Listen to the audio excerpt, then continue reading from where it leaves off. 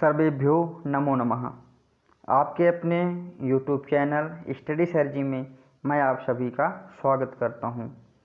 आज के इस वीडियो में हम NCERT की कक्षा 6ठी की संस्कृत पुस्तिका रुचिरा के तीसरे पाठ अकारांत नपुंसक लिंग के अभ्यास कार्य को करेंगे।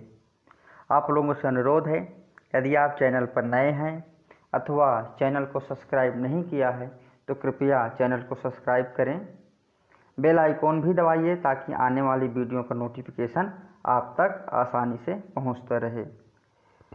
इस पाठ से संबंधित एक वीडियो पहले ही बनाई जा चुकी है जिसमें पूरे पाठ को हमने पढ़ा था। यदि आपने अभी तक उस वीडियो को नहीं देखा है तो कृपया उस वीडियो को देख लें। उस वीडियो का लिंक मैं डिस्क्रिप्शन बॉक्स में दे दूंगा। उस वीडियो को देखने से आपको आसानी से पाठ समझ में आ जाएगा और अभ्यास कार्य करने में किसी भी प्रकार की मुश्किल नहीं होगी। तो आइए प्रारंभ करते हैं। तृतीयः पाठः अकारांत नपुंसकलिंगः अभ्यास कार्यम।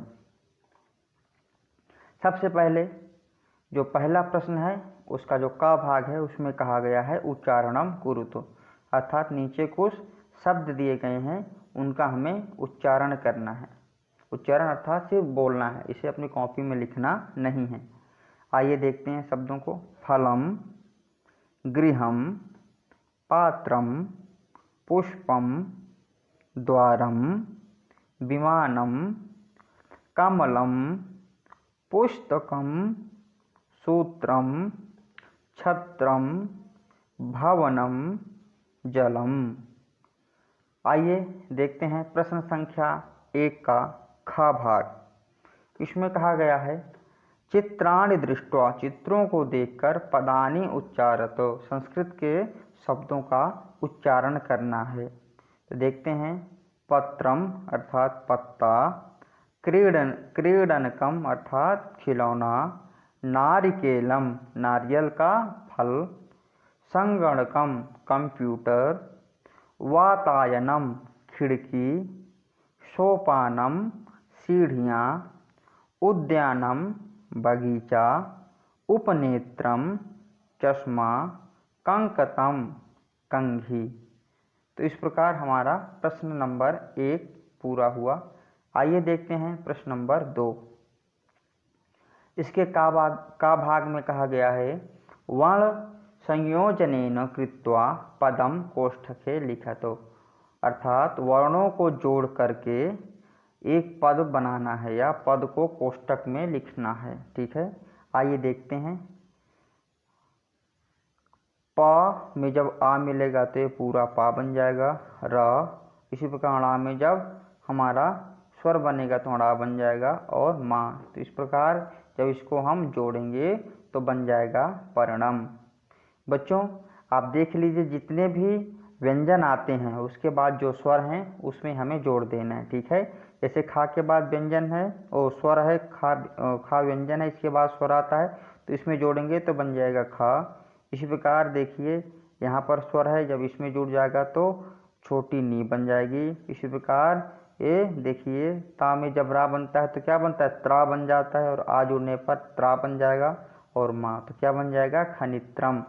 इसी प्रकार पा में ऊ जोड़ना है, रा में आ, ड़ा में आ, ना में ई।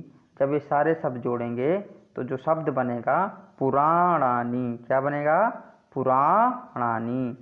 आइए आगे देखते हैं। पा में ओ बने जोड़ेंगे तो बनेगा पो। इसी प्रकार शा में जब आ जोड़ेंगे तो बनेगा शा।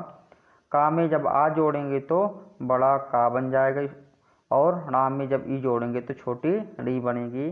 तो इससे इन सब जब वर्णों को हम जोड़ेंगे तो जो शब्द बनेगा पोषकाणी। क्या बनेगा, पोषकाणी।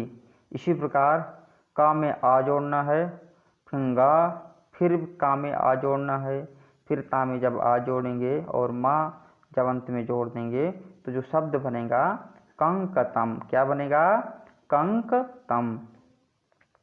आइए इसी प्रश्न का खा नंबर देखते हैं। अधोलिखितानाम पदानाम वर्ण विच्छेदम कुरुतो।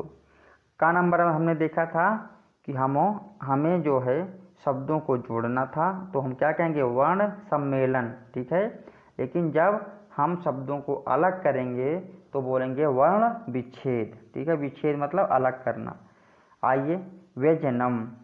देखिए ये आधा है तो इसमें कोई भी जितने भी हमारे पास व्यंजन हैं उनसे स्वर निकाल देना है। ठीक है, और व्यंजनों को हलंत कर देना है, उनमें हलंत लगा देना है। तो देखिए व्यंजनम का क्या होगा, वा, य, अ, ज, अ, न, आ और मा। तो व्यंजनम से जब हमने अलग किया तो इतने सारे वर्ण आए। इसी पर पुस्तकम में प, उ, श, त, आ, क, अ और मा। आगे देखिए भित्तिकम से भ, ई, त, ई, क, अ और मा। इसी प्रकार नूतनानी से जब हम वर्णों को अलग करेंगे तो कौन कौन से वर्ण मिलेंगे हमें, न, उ, त, अ, न, आ, न और ई। इसी प्रकार वातायनम से जब हम वर्णों को अलग करेंगे तो व, अ, त, अ, य, अ, न, अ और मा। इसी प्रकार उपनेत्रम से जब हम वर्णों को अलग करेंगे तो हमें कौन कौन से वर्ण मिलेंगे, उ, प, अ, न, ए, त, र, अ और मा। तो बच्चों इस प्रकार हमने इन शब्दों के वर्ण विच्छेद कर लिए हैं। आइए देखते हैं प्रश्न संख्या 3। प्रश्न संख्या 3 में कहा गया है जो चित्र हैं इनको देखना है और इनके संस्कृत शब्दों को लिखना है। तो आम को संस्कृत में क्या कहेंगे, आम्रम। क्या कहेंगे, आम्रम। इसी प्रकार पत्ते को क्या कहेंगे, पर्णम। क्या कहेंगे, पर्णम। पंखे को क्या कहते हैं, व्यंजनम।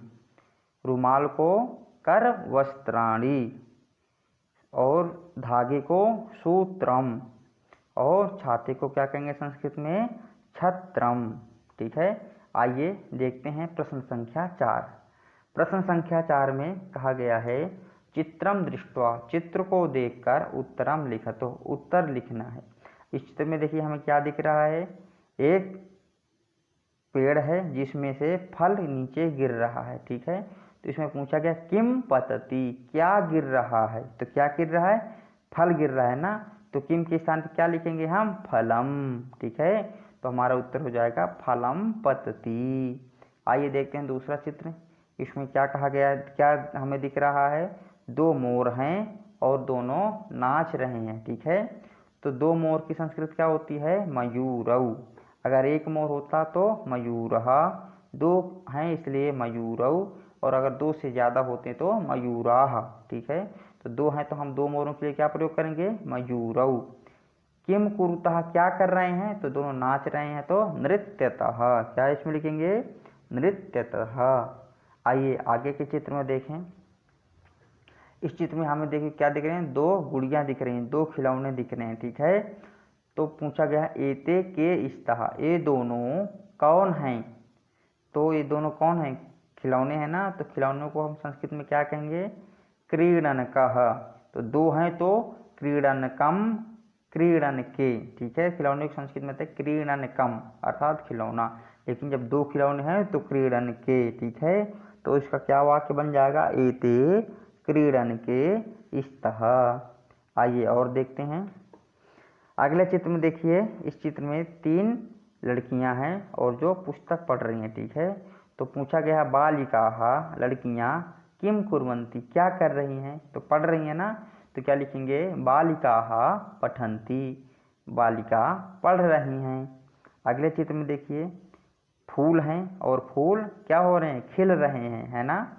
तो पूछा गया है कानि विकसन्ति, कानि अर्थात कौन, विकसन्ति खिल रहे हैं। तो क्या लिखेंगे, पुष्पों को बहुवचन में क्या कहते हैं, पुष्पाणि। ठीक है, अगर एक फूल होता तो पुष्पम, और अगर दो फूलों की बात करते तो पुष्पे।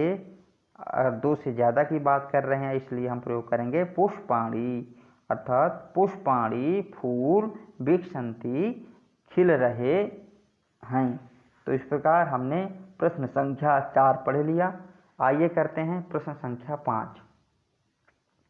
बच्चों प्रश्न संख्या 5 में कहा गया है निर्देशानुसारम वाक्यानि रचयतु।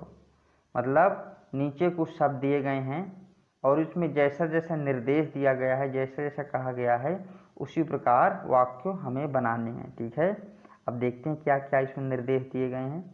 एतत् पतति, ठीक है, एतत् पतति, इस शब्द को हमें बहुवचन में बनाना है। ये एक वचन का शब्द है, इसको बहुवचन में, तो बहुवचन में एतत् तो क्या बोलेंगे, एतानि, अब पतति को पतंती, एतानि पतंती। आगे देखिए का नंबर में एते पर्णे स्तः। अब देखिए द्विवचन का शब्द है, ठीक है, इसको बहुवचन में, तो बहुवचन में हमने पहले देखा है एतत् एते एतानि, ठीक है, एतानि पर्णानि सन्ति, ठीक है। अगर एक वचन होता तो अस्ति, द्विवचन इसलिए स्तः, और इसको जब बहुवचन में लिखेंगे तो सन्ति, ठीक है। तो हमारा क्या शब्द बन जाएगा, एतानि पर्णानि सन्ति। आइए खा नंबर देखते हैं, मयूरः नृत्यति। अब देखिए क्या है, नृत्यति एक वचन का शब्द है, ठीक है, मयूरः, तो इसको हम बहुवचन में क्या होगा, मयूरः मयूरौ मयूराः, तो बहुवचन में क्या बनेगा, मयूराः नृत्यति, तो नृत्यति नृत्यतः नृत्यन्ति, तो बहुवचन में क्या प्रयोग करेंगे, नृत्यन्ति, मयूराः नृत्यन्ति। आइए ग नंबर देखते हैं, एतानि यानानि, ठीक है, ये बहुवचन का शब्द है, इसको द्विवचन में करना है, ठीक है। देखिए यहाँ पर हमने द्विवचन में देखा था ना, यहाँ पर तो एतानि को द्विवचन में क्या बनेगा, एते, यानानि मतलब यानानि अर्थात गाड़ियाँ हैं, तो द्विवचन में यानि, क्या बनेगा, यानि, एते यानि। आइए घ नंबर देखते हैं, छात्रे लिखतः। ये देखिए क्या द्विवचन का शब्द है, इसको बहुवचन में करेंगे तो छात्र, जैसे हमने पढ़ा था बालकः बालकौ बालकाः, उसी प्रकार होगा छात्रः छात्रौ छात्राः। यहाँ पे छात्रा छात्रौ छात्रा, छात्रे नहीं होगा, छात्रौ होगा, ठीक है। तो क्या हो जाएगा यहाँ पर छात्राः लिखन्ति, ठीक है। यहाँ पर छात्रे शब्द की जगह आप लोग छात्रौ कर लेना, ठीक है। आइए ग नंबर देखते हैं, ग नंबर में कहा गया है नारिकेलम पतति। नारिकेलम अर्थात नारियल का फल, पतति गिर रहा है, ठीक है। तो इसको द्विवचन में बदलना है, क्या होगा, नारिकेलम, तो द्विवचन में क्या हो जाएगा, नारिकेलम नारिकेले, और पतति का द्विवचन में पततः, ठीक है। बच्चों घ नंबर अभी हमने पढ़ा था, तो अगर हम पुल्लिंग के लिए प्रयोग करेंगे तो यहाँ पर छात्रौ आएगा, लेकिन यहाँ पर स्त्रीलिंग का प्रयोग किया गया है, तो आप लोग इसमें कुछ भी मत बदलना, क्योंकि स्त्रीलिंग में द्विवचन में छात्रा छात्रे छात्रा, ठीक है। तो द्विवचन का ये शब्द था, इसको हमें बहुवचन में बदलना है, तो हो जाएगा छात्राः लिखन्ति। तो इस प्रकार ये हमारा जो वाक्य है सही है, ठीक है। तो इस प्रकार हमारे जो उत्तर आएंगे, एतानि पतन्ति, एतानि पर्णानि सन्ति, मयूराः नृत्यन्ति, एते याने, छात्राः लिखन्ति, नारिकेले पततः। आइए देखते हैं प्रश्न संख्या 6। बच्चों प्रश्न संख्या 6 में कहा गया है उचित पदानि संयोज्य वाक्यानि रचत, अर्थात उचित पदों को हमें मिलान करके वाक्य बनाना है, ठीक है। तो इस पे हम लोग अच्छे से जानते हैं, अगर इसको हम नहीं देखते तो देखते हैं कोयल का क्या काम होता है, कोयल कूजती है, आवाज़ करती है। हवा का काम क्या होता है, बहना बहना, हवा बहती है। पुष्प का काम होता है खिलना। खग पक्षी का काम होता है उड़ना। मोर का काम होता है नाचना, और शेर का काम होता है दहाड़ना। आइए इनके संस्कृत शब्द ढूंढ लेते हैं, तो हमारा उत्तर आसानी से मिल जाएगा। कोकिले कूजतः, अर्थात गूंज रही हैं, आवाज़ कर रही हैं। पवनः वहति, हवा बह रही है। पुष्पम विकसति, फूल खिल रहे हैं। खगः उत्पतति, पक्षी उड़ता है। मयूराः नृत्यन्ति, मोर नाच रहे हैं। सिंहाः गर्जन्ति, शेर दहाड़ रहे हैं। तो बच्चों इस प्रकार पाठ 3 अकारांत नपुंसक लिंग के अभ्यास कार्य को हमने पढ़ लिया है। आशा करता हूँ अभ्यास कार्य आपको आसानी से समझ में आ गया होगा। यदि नहीं आया तो आप लोग 1-2 बार और देखिए, निश्चित रूप से आपको समझ में आ जाएगा। इसके सारे उत्तर आप लोग अपने अपने उत्तर पुस्तिका में लिखेंगे। हमारे इस चैनल स्टडी सर जी के साथ बने रहिए, इसको सब्सक्राइब कर लीजिए।